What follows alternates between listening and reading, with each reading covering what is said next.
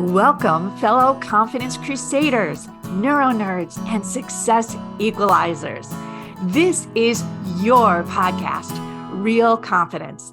I'm your host, Alyssa DeVere, and I'll be sharing a bit of basic brain science, some surprising social secrets, and a touch of tough love.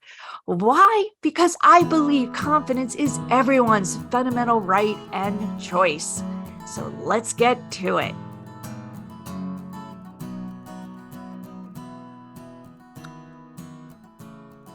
This is going to be a very personal exploration of my own confidence. So strap on because I've got Esther Avant with me, and she is an expert in health. And we're going to talk about why do we tend to not feel confident enough to put our health in front of all our other priorities. So, Esther, thank you for joining us today.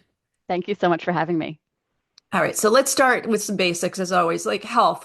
Define it a little bit better for me. You talk about weight, medications, doctor visits, what? Yeah, I think all of the above. And I think very often when we think about health, we just equate it to weight, that a healthy person is, a certain weight or is in a weight range. And that may be a piece of it, but there's so much more to our health than just what we weigh. And you touched on several of those things. The need to be on medications or attempting to get off or reduce medications. It's how we feel day to day. Are we lethargic and irritable, or do we feel like we have energy and we're generally, good natured? It's how confident we feel in our bodies. It's being proactive with health related things like medical appointments. But it's not just physical health, it's also our mental and emotional health. It's having connections and relationships with people. It's doing things out in the community for the greater good. So I really like to look at a really holistic definition of health rather than just kind of this narrow, what do you look like? How strong are you? How thin are you? How fast are you? Sort of thing.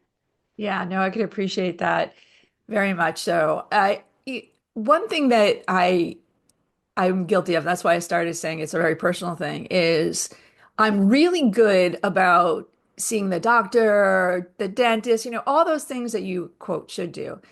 But I know a lot of people out there are they don't want to even know. They don't want to know the news. They don't want to find out something's wrong. I say this to my mother regularly. If the doctor offers you a test, take it, right? Because you're better off knowing and not knowing. But why are they so scared of finding out the truth, whether it's getting on the scale or getting an x-ray? Like what is it that we're so locked up about? I think probably at its core, it's our own mortality. That we don't want to think about the possibility that something could be really wrong and, and life threatening. But even kind of several steps away from that is just the general idea that our lifestyle choices play a role in our futures and what those look like. And that's just really uncomfortable to confront, especially when you just feel like I don't even know how I would make changes, or I'm so spread so thin trying to manage my career and my family that even if I did know that I needed to make changes, I don't know that I have the trust in myself to do them.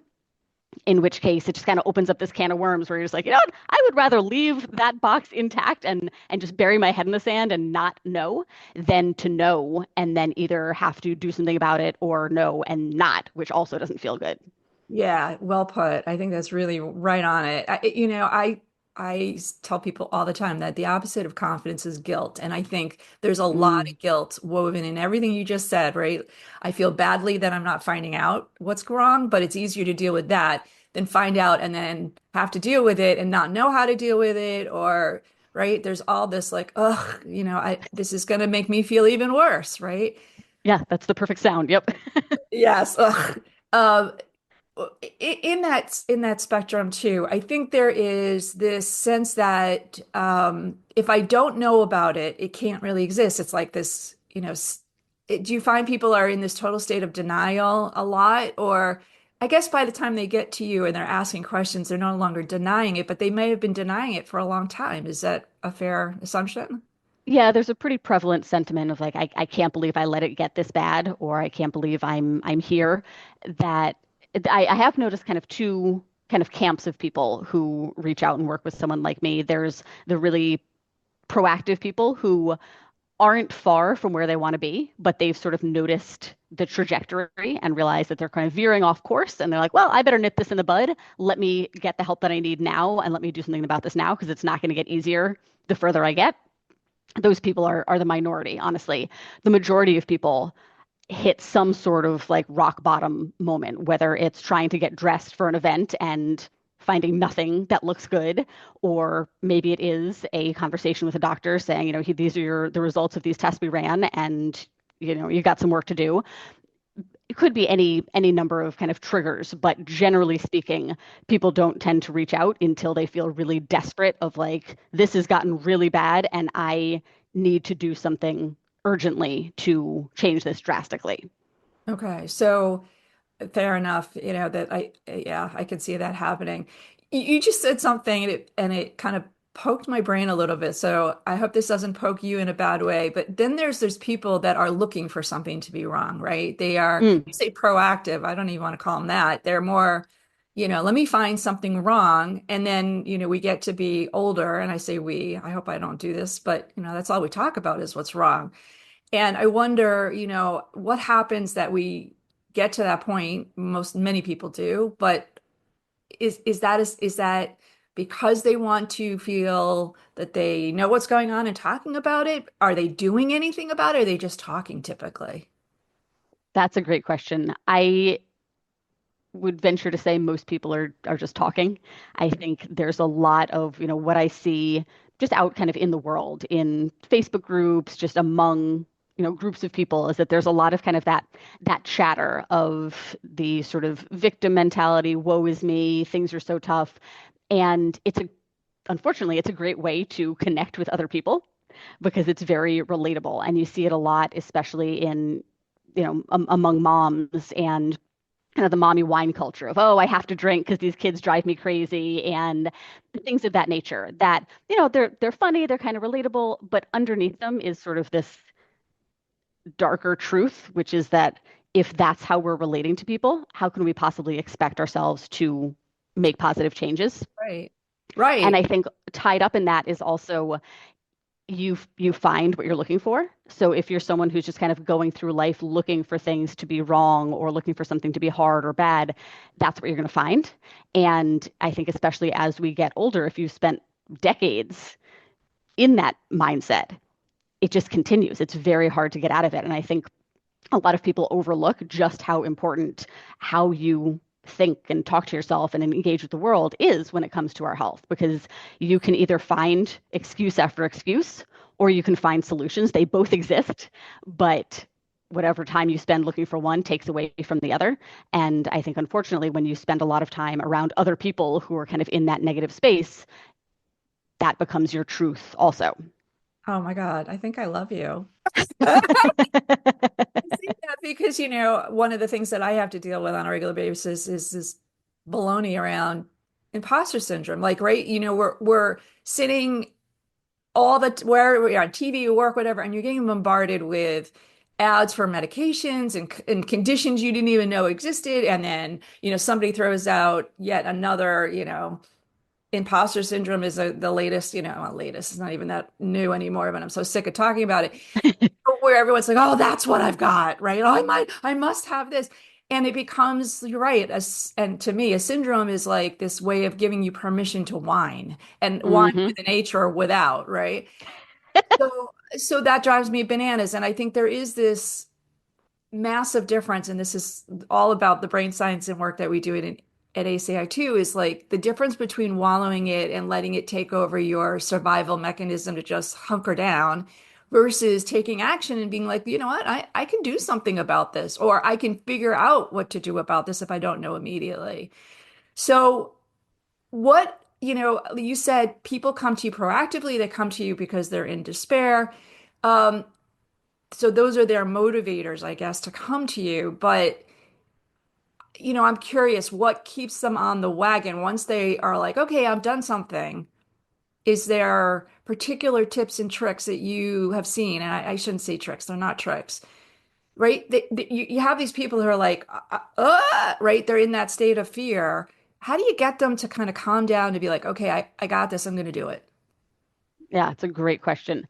It's really interesting that when I first started coaching, I was working with individuals and I would have, days full of calls, and just about everyone that I was talking to would say some variation of, I just feel like I'm the only person who, or it seems like everybody else. And it was just sort of everybody was singling themselves out as there must be something that I'm lacking. There's something wrong with me.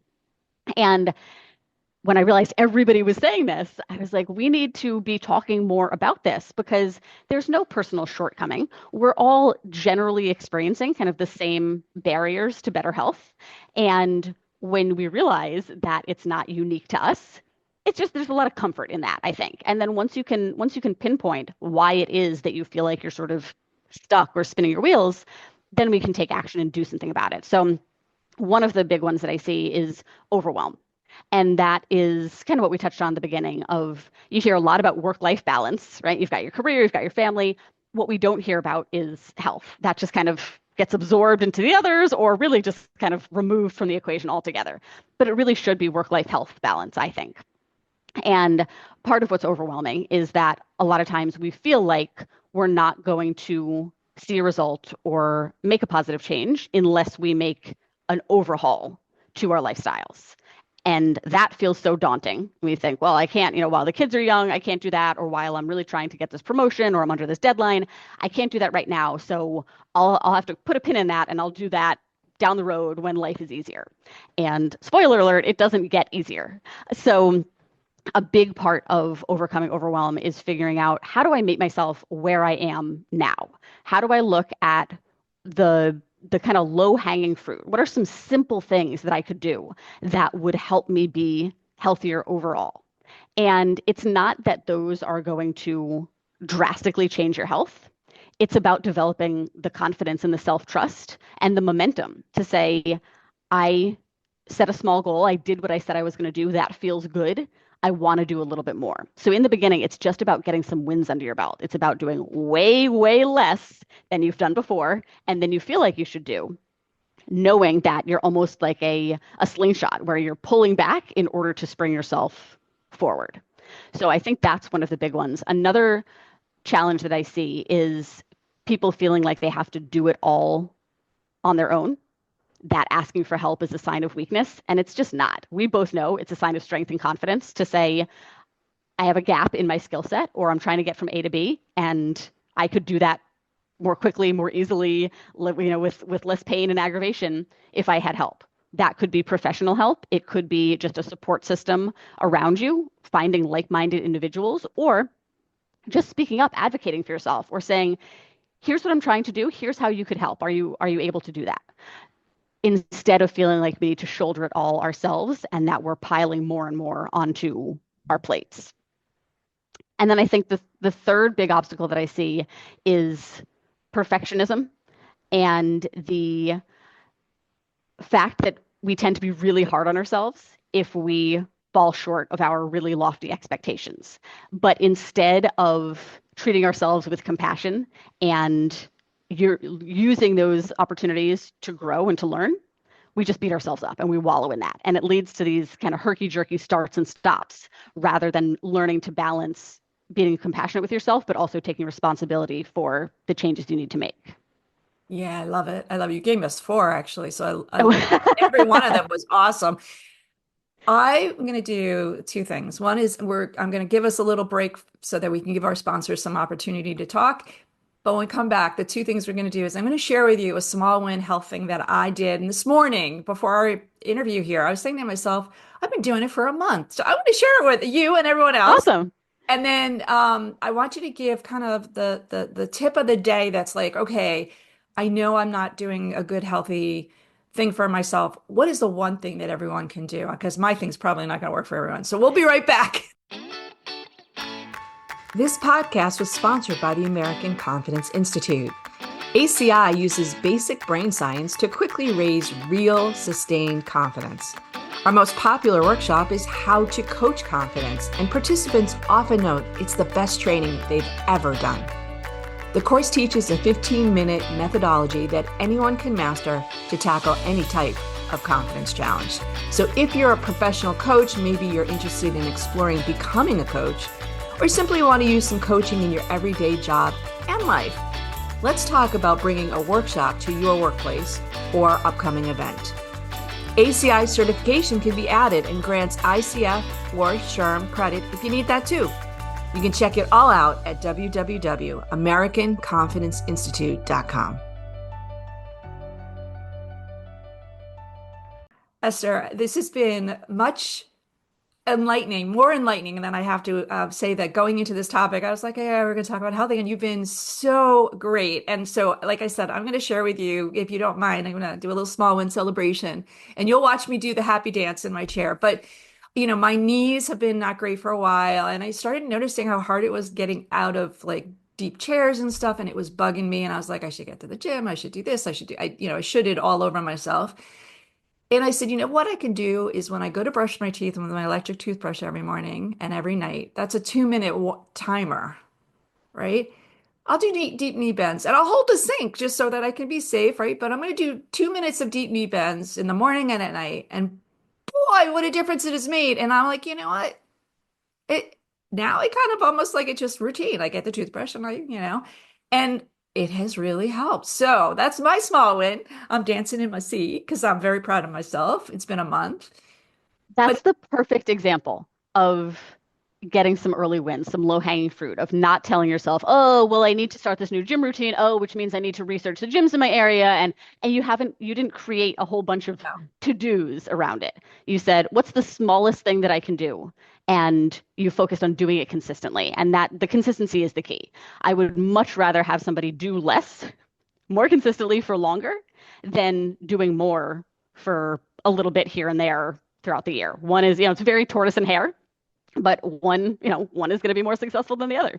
Yeah, I mean, like it's interesting too because like for a long time it's like, oh, it's my knees, and I was like, I'm old, and it's what it is. I'm going to need replacement. I'm like, no, no, no, no, no, no, no, no, no. There's something I can do about this. And I did try. I was like, okay, when I go up the steps, I'm going to stretch a little bit more. I was going to do all these other things, and they just didn't work for me. And I was like, I got to find something that I can do that is like you said, consistent, that I don't have to think about. So it's like that trigger, right? So give me and listeners, because I would love to take on another small win habit in that vein. Is there something when you recognize there's a, you're like, I haven't been paying attention to my health. And let's talk about physical health, and then we'll do one for mental health, maybe if you're game.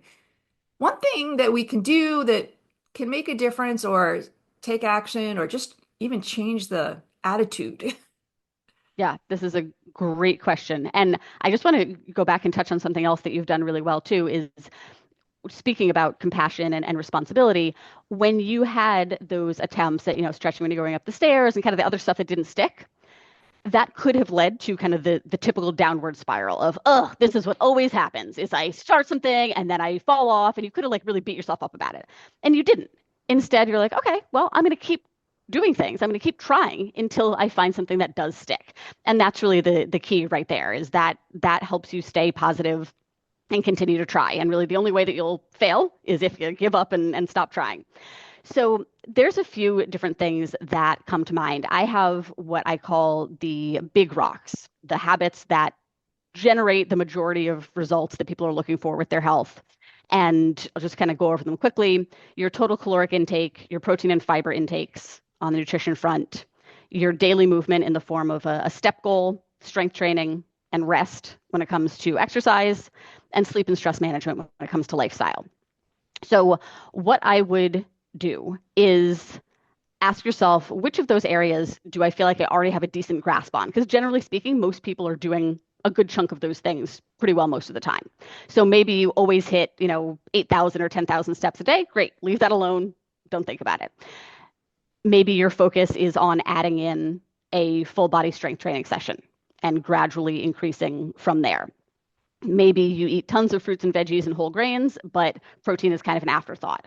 So that could be one place to start. I'll give you a super easy one that I implemented coming up on 2 years ago now that has really been a lot more impactful than I was expecting. I started prioritizing my water intake, which again, some people have a lock on and some people are just like, oh yeah, I should drink more, and I just never do. I started putting a full glass of water by my bedside table, and I drank the full 16 ounces before my feet even touched the bed in the morning. And it has just been such a good, both from a practical standpoint, but from a mental standpoint too, a good anchor for me. I feel physically better after I finish drinking it. It feels like my body is like coming alive, like my cells are like, yes, we needed that. So that feels good. But it's also an early vote in the day for me doing things that are good for my health, which then has this positive impact and makes me want to do more healthy things elsewhere in the day. So if you're just like, I don't know, I can't even get involved in thinking about protein and fiber and like all of this feels like a lot, 16 ounces of water, either right before you wake up or before you drink your coffee in the morning. It's an easy one to do. And like you've done with brushing your teeth, you're stacking it on something that you do literally every day, right? You're going to, You're knock on gonna wood, get you're out of going to bed. wake I hope up so. every day. Right. Right. Right. Well, So you do that, and that's your trigger. I drink my water. And then you've already cast a vote for being a healthy yeah. person. Where else it can take I you. thought you were going to say you drink it before bed. I was like, I can't do that. I'll be up all night. But in the Oh, morning, I yeah, can same. do that. And I am going to do that. I'm saying that publicly to you. You can call me on it in a month because I think that that is brilliant. I mean, it's so duh, right? Like you say to yourself, it's so easy, and Right. yet we don't do it. So, And that's with so many of these things. Is like they're not revolutionary, but no, are we doing them? right. No. Well, I know And 1,000 ideas, and there's things I could talk to you forever, but unfortunately, we got to kind of come to the end of this. Maybe we'll have you on again to do some more. Wink, wink. But if somebody wants to reach you and really engage you, because I tell you, like, I just feel like I have a new best friend in the world, and I'm so excited. I know how to reach you, but how do other people reach you?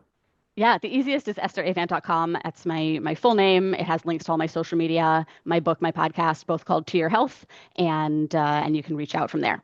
That's great. We'll certainly put that in the show notes and everywhere else. So, um, yeah, let's do some more another time because I think we only got I'd you. love to. Yeah, thank you so much for being here, my friends. Go drink some water, go do some deep knee bends, whatever makes your day. And thank you for being listeners. We'll see you next time. Before we totally wrap up, I want to let you know that full transcripts and show notes for this and other Real Confidence episodes can be found on www.americanconfidenceinstitute.com/podcast. I also want to remind you once again that the best way to get confidence is to give it to others, and you can do it just by liking and sharing this episode on your preferred podcast and social media channels. You can even give me some confidence by noting topics you'd like me to consider for the future. So for now, this is Alyssa DeVere. Thank you for helping to bring more confidence to the world. Master editing done by Ben Weinstein with original music performed and composed by Jeff Mitchell. Real Confidence is a production of American Confidence Institute. All rights reserved.